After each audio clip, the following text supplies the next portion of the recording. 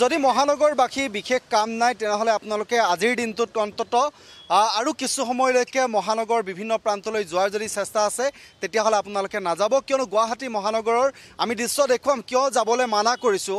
আজিৰ দিনটোত গুৱাহাটীবাসীয়ে যদি ঘৰত আছে, বিশেষ যদি আপোনালোকৰ কাম নাই তেনেহ'লে ওলাই অহাৰ বাধা এইকাৰণে দিছোঁ আমি যে গুৱাহাটী মহানগৰ বিভিন্ন প্ৰান্তত ইতিমধ্যে জলমগ্ন হৈ পৰিছে। আমি এই দৃশ্য দেখুৱাইছোঁ কালিৰ দিনটোত। ইতিমধ্যে কালি সন্ধিয়াৰ ভাগৰ পৰা যি মুষলধাৰ বৰষুণ আহিছিল আৰু মুষলধাৰ বৰষুণৰ পাছৰ দৃশ্য এয়া আমি এতিয়া গুৱাহাটী মহানগৰক দেখাইছোঁ যে এইটো এতিয়া 10 বাজিব হৈ গ'ল আৰু 10 বজালৈকে গুৱাহাটী মহানগৰ বিভিন্ন প্ৰান্তত এনেধৰণে জলমগ্ন হৈছে। এয়া গুৱাহাটী ক্লাবৰ দৃশ্য আৰু মই এই মুহূৰ্তত যিটো পথ দেখুৱাই আছোঁ এয়া চানমাৰী সংযোগী পথ আৰু গুৱাহাটী ক্লাবৰ পৰা যিটো চানমাৰীলৈকে যায় আৰু চানমাৰীলৈকে যোৱাৰ এই দৃশ্য এতিয়া গুৱাহাটী ক্লাবৰ দৃশ্য দেখুৱাইছোঁ। এককাল অধিক পানীত ইতিমধ্যে বুৰ গৈছে ৰাজপথ আৰু যাৰ বাবে আৰক্ষী বিভাগৰ পৰা ইতিমধ্যে দেখুৱাইছোঁ যিহেতু যান বাহন আৰক্ষীয়ে এই পথেৰে আচলতে যাতে কোনো যাব নোৱাৰে বা যাব নালাগে তাৰ বাবে তেওঁলোকে বেৰিকেডো দিছে। আমি বেৰিকেডৰ দৃশ্য দেখুৱাম, যিহেতু কৈছোঁ যে মহানগৰবাসী আজি যদি বিশেষ কাম নাই এতিয়া কেৱল এই গুৱাহাটী ক্লাবৰ দৃশ্যই নহয়, অনিল লগৈ হওক সেয়া, ৰাজগড়ে হওক সেয়া, গণেশগুৰি হওক সেয়া,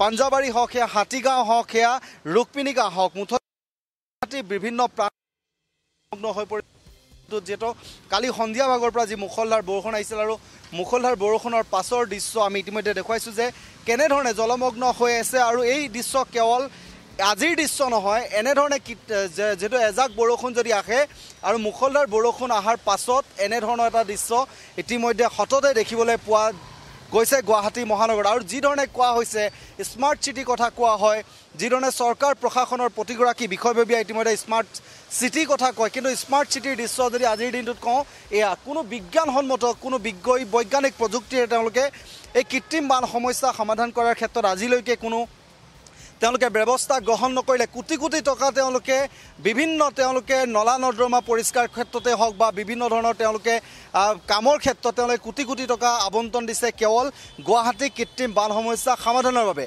কিন্তু কোটি কোটি টকা আচলতে এনেধৰণে পানীত যে পৰিছে সেয়া স্পষ্ট হৈ পৰিছে। এইসমূহ দৃশ্য আপুনি যদি চাই আজিৰ দিনটো গুৱাহাটীৰ যি কৃত্ৰিম বানৰ সমস্যা আৰু কৃত্ৰিম বানৰ সমস্যা আমি যদি কওঁ আজি কেৱল এয়া গুৱাহাটী ক্লাবৰ দৃশ্য আমি এই মুহূৰ্তত দেখুৱাইছোঁ। আমি গুৱাহাটী ক্লাবৰ যদি কথা কওঁ উলুবাৰীটো ঠিক সমান্তৰালভাৱে একেই দৃশ্য আপুনি গুৱাহাটী ক্লাবৰ এইদৰে দৃশ্য দেখিবলৈ পাব। বিভিন্ন স্থানৰ পৰা অহা লোকসকল কেনেধৰণৰ অসুবিধাৰ সন্মুখীন হৈছে। আমি এটা দৃশ্য দেখুৱাইছোঁ যিহেতু চানমাৰী যিটো পথলৈ যোৱাৰ এটা ৰাস্তা আছে, চানমাৰী সংযোগী যিটো মূল ৰাজপথ, সেই ৰাজপথ ইতিমধ্যে যান বাহন আৰক্ষীয়ে ইতিমধ্যে বেৰিকেড দিছে, কিয়নো ৰাজপথৰ মাজতে এটা বিশাল গাঁত আছে আৰু গাঁতৰ বাবে তেওঁলোকে এনেধৰণে বেৰিকেড দি ৰাখিছে যাতে কোনো যান বাহন নাযায়। যিকোনো মুহূৰ্তত যিকোনো ধৰণৰ ভয়ংকৰ ঘটনা সংঘটিত হ'ব পাৰে তাৰ দৃশ্য আমি দেখুৱাম। যিহেতু কৈছোঁ যে এই গুৱাহাটী মহানগৰ এতিয়া কৃত্ৰিম বান সমস্যা পৰিৱেশটোৰ কথা যদি কওঁ আমি দেখুৱাইছোঁ যি স্থানত আচলতে গাঁত আছে ৰাজপথৰ মাজতে এনেধৰণে আচলতে বিভিন্ন তেওঁলোকে কাম কৰিছে। যিহেতু জিঅ' পাইপ পুতাই হওক বা পানীৰ পাইপ GMC পানী পাইপেই হওক, জাইকা পাইপ পুতাৰ কাৰণে যিবোৰ গাঁত খান্দিছিল আৰু সেই গাঁতসমূহ তেওঁলোকে ভালকৈ পুতি নোথোৱাৰ বাবে এনেধৰণৰ ঘটনা সংঘটিত হোৱাৰ সম্ভাৱনা আছে। আৰু আমি দৃশ্য দেখুৱাইছোঁ যিহেতু এগৰাকী ব্যক্তিয়ে সেই গাঁতত ইতিমধ্যে তেওঁ কিছু আচলতে সাৱধানতাৰ বাবে তেওঁ কিছুমান সামগ্ৰী তেওঁ স্থাপন কৰিছে আৰু এই মুহূৰ্তত সেই পথেৰে যাব নোৱাৰাকৈ আৰক্ষী বিভাগৰ পৰা যান বাহন আৰক্ষীয়ে ইতিমধ্যে বেৰিকেড স্থাপন কৰিছে। আমি দেখুৱাইছোঁ বেৰিকেডো ৰাখিছে। আমি লোকসকল আছে, বিভিন্নজন লোক আছে আৰু তেওঁলোকৰ কাষলৈ যাম। আজিৰ দিনটো গুৱাহাটীৰ পৰিৱেশৰ কথা আমি তেওঁলোকৰ সৈতে পাতিম। দাদা মই অকণমান আপোনাৰ ওচৰলৈ গুৱাহাটী মহানগৰ এনেকুৱা কৃত্ৰিম বানৰ সমস্যা সন্দৰ্ভত কি ক'ব? মই এইবিলাক ক'ব নাজানো। এখেতসকলক দেখোঁ পানীটো বৰষুণ হ'লেতো একজাক ভাল ডাঙৰ বৰষুণ আধা ঘণ্টামান বৰষুণ মাৰিলে গুৱাহাটী ভাহি যায়।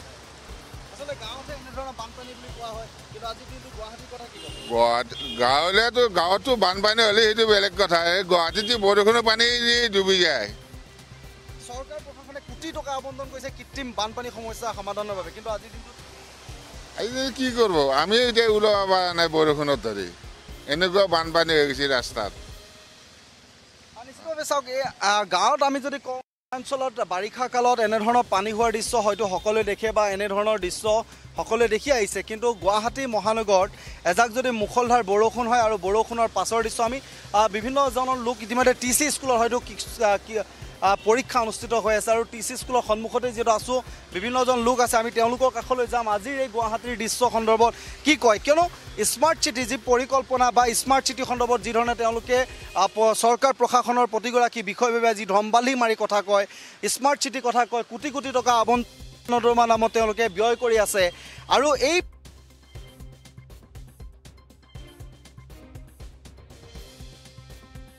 আচলতে ৭৪ বছৰ স্বাধীন হোৱাৰ পাছতো আজিৰ দিনটোত গুৱাহাটীৰ এই দৃশ্য আচলতে ক'ব লাগিব যে এনেধৰণৰ দৃশ্য আচলতে এক অসহ্যকৰ, কিয়নো যি সময়ত চৰকাৰ প্ৰশাসনে বাৰে বাৰে কৈ আছিলে যে আচলতে এই সমস্যাসমূহৰ ক্ষেত্ৰত বিভিন্ন তেওঁলোকে পদক্ষেপ গ্ৰহণ কৰি বৈজ্ঞানিক ভিত্তিত আচলতে যি ধৰণে বৈজ্ঞানিক প্ৰযুক্তি বৃদ্ধিৰে তেওঁলোকে এই বানপানী সমস্যা সমাধানৰ যি ব্যৱস্থা গ্ৰহণ কৰিব লাগিছিলে সেয়া নকৰাৰ বাবে দাদা মই অকণমান আপোনাৰ ওচৰলৈ আহিছোঁ, কোন জেগাৰ পৰা আহিছে আৰু এই দৃশ্যটোৰ কথা কি ক'ব গুৱাহাটী? হয়, মই ঢেকাজুলি শিঙৰীৰ পৰা আহিছোঁ, ল'ৰাৰ পৰীক্ষা আছিলে।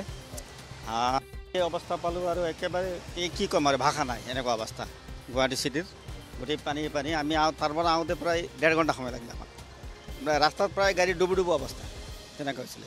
গোটেই গুৱাহাটীখন ইতিমধ্যে যি ধৰণে তেওঁলোকে প্ৰকল্প চৰকাৰ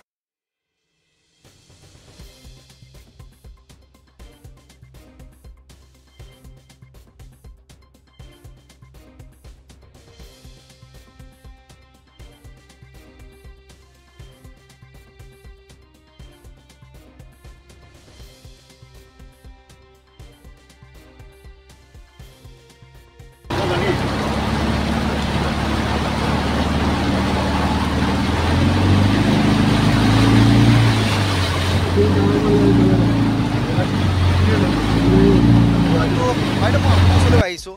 গাঁও অঞ্চলত আমি বানপানী বুলি ক'লে বিভিন্ন ধৰণে দেখা পাওঁ, কিন্তু আজিৰ দিনটো এই দৃশ্যটো কি বুলি ক'ব? কি ক'ম আৰু ইমান মানে আজি পৰীক্ষা দিব ল'ৰাক লৈ আহিছিলোঁ, মানে ভিজি কিনে মানে অৱস্থা নাই আৰু ল'ৰা ভিজি সোমালে আৰু আমাৰ ল'ৰা নহয় চবৰে কষ্ট হৈছে আজি আৰু টাউনটো মানে কি ক'ম আৰু।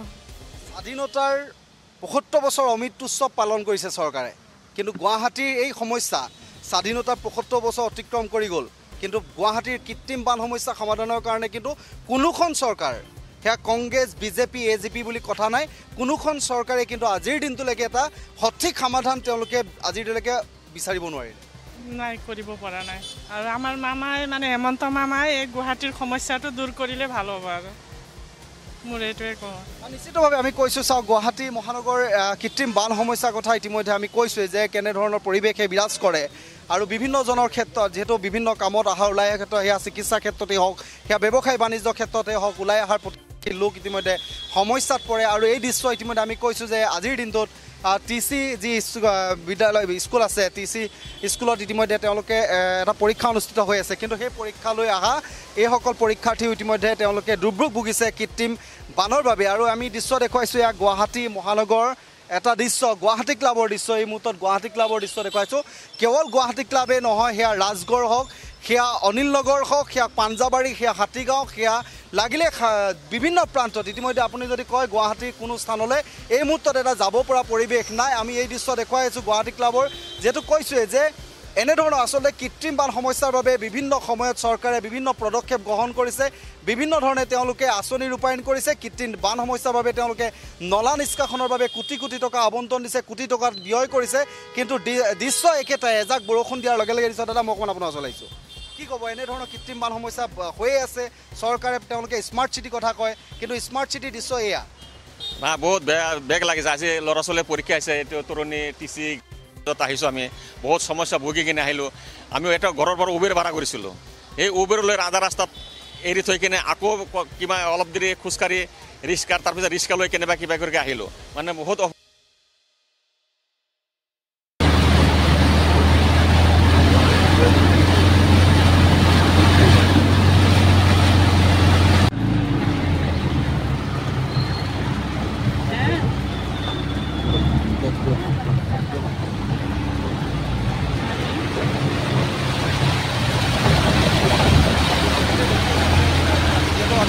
গুৱাহাটী ক্লাবৰ দৃশ্য দেখুৱাইছোঁ আমি বিভিন্ন প্ৰান্তৰ আজিৰ দিনটোত। গুৱাহাটী মহানগৰতে বিভিন্ন প্ৰান্তৰ ইতিমধ্যে দৃশ্য দেখুৱাম। বৰষুণৰ পাছতে মহানগৰবাসীয়ে বিভিন্ন দুৰ্ভোগ ভুগিব লগা হৈছে। কাম নাথাকে, আপুনি গুৱাহাটীৰ বাহিৰলৈ বিশেষকৈ অহাটো আজি বন্ধ কৰক, কিয়নো আপুনি যোনটো ৰাস্তাই যাব যোনটো পথেৰে যাব তাতে এককাল অধিক পানী আমি ইতিমধ্যে দেখুৱাইছোঁ যে চানমাৰী সংযোগী যিটো পথ আছিলে সেই পথত ইতিমধ্যে আৰক্ষী বিভাগৰ পৰা যান বাহন আৰক্ষীয়ে ইতিমধ্যে বেৰিকেড স্থাপন কৰিছে কিয়নো সেই পথৰ বিভিন্ন স্থানত ইতিমধ্যে এককাল অধিক পানীয়ে নহয় বিভিন্ন গাঁত আছে কিয়নো জিঅ' পাইপ পুতাই হওক তেওঁলোকে জাইকা আঁচনিৰ কাৰণে পাইপ পুতিবৰ কাৰণে হওক বা নলা নামৰ নলা নিষ্কাশনৰ যি প্ৰকল্প তেওঁলোকে লৈছিলে বা আঁচনি কাম কৰি আছিলে সেয়া নলাসমূহ পুতাৰ ক্ষেত্ৰত যিসমূহ ৰাজপথত যিমানে গাঁত খান্দিছিলে সেই গাঁতসমূহ কিন্তু তেওঁলোকে সম্পূৰ্ণৰূপে পুতি নপেলোৱাৰ বাবে সেই গাঁতত পৰি বিভিন্ন দুৰ্ঘটনা সংঘটিত হোৱাৰ পূৰ্ণ সম্ভাৱনা আছে যাৰ বাবে সেই পথটো ইতিমধ্যে বন্ধ কৰি দিয়া দৃশ্য আমি দেখুৱাইছোঁ আৰু পৰৱৰ্তী সময়ত আমি বিভিন্ন প্ৰান্তৰ পৰা আপোনালোকক দৃশ্য দেখুৱাই যাম গুৱাহাটী মহানগৰৰ হাতীগাঁও পাণবজাৰ ৰুক্মিণী গাঁও সেয়া লাগিলে লখৰাই হওক সেয়া বিভিন্ন মালিগাঁৱে হওক আমি দৃশ্য দেখুৱাই যাম আপোনালোকে চাই থাকিব দানিছ প্লাছ যিকোনো খবৰৰ বাবে যোগাযোগ কৰক 7099017330 অথবা